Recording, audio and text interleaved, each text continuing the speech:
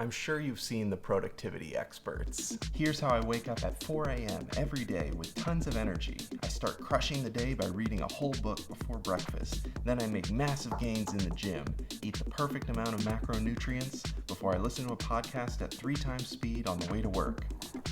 I'm getting tired just talking about that. Our society is obsessed with productivity and efficiency, and you could blame this obsession on a variety of things. But I think at its heart, the productivity impulse emerges from something that everyone has felt before. We want to reach our potential, to be all that we can be.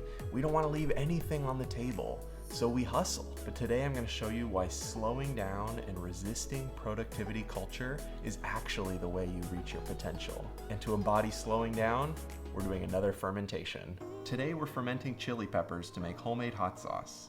Rinse and dry 2 pounds of red chili peppers. They could be Fresno chilies, red jalapenos, whatever you have access to. Spread them out on a baking sheet and leave them out in the sun for a day or two until they're soft and wrinkled. While wearing gloves, pull off the stems and cut the peppers in half lengthwise.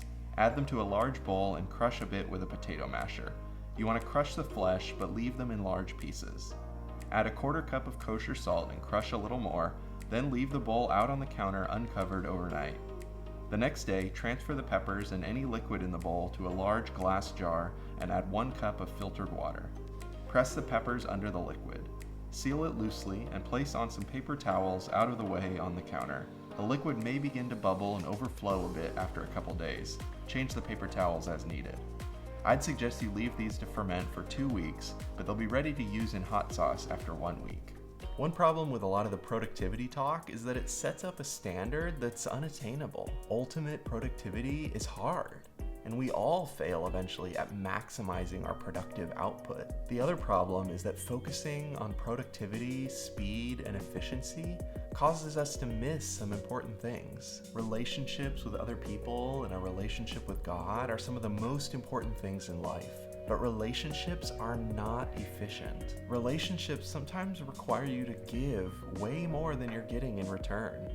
And the best relationships are only formed through spending extended periods of time together. Taking a good look at Jesus' ministry is a great way to dethrone the productivity idol. When momentum is building in one place, he moves to another.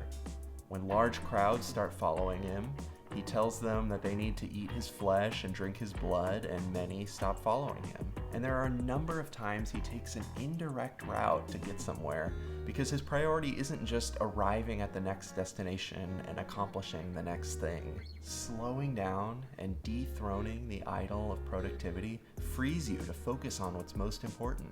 As I've been saying throughout Advent in various ways, practicing fermentation can teach you why slowing down is essential.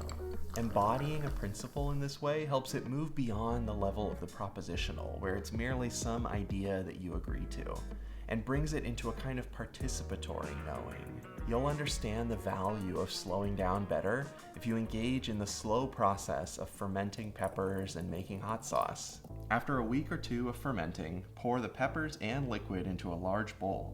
Swish each one around in the liquid to get the seeds off, then add the peppers to a food processor or blender.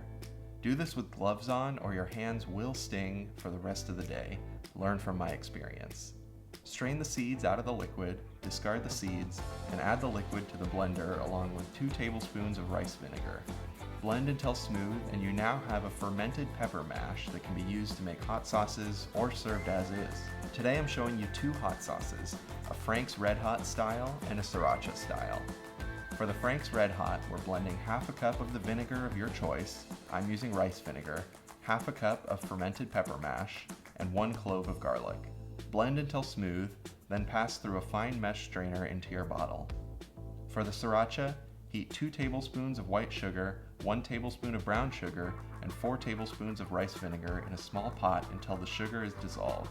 Set aside to cool completely. Then in a blender, combine the cooled vinegar mixture, 1 cup of fermented pepper mash, and 2 garlic cloves. Blend until smooth, then transfer to a bottle, no straining needed. Both of these sauces will last about 6 months in the fridge.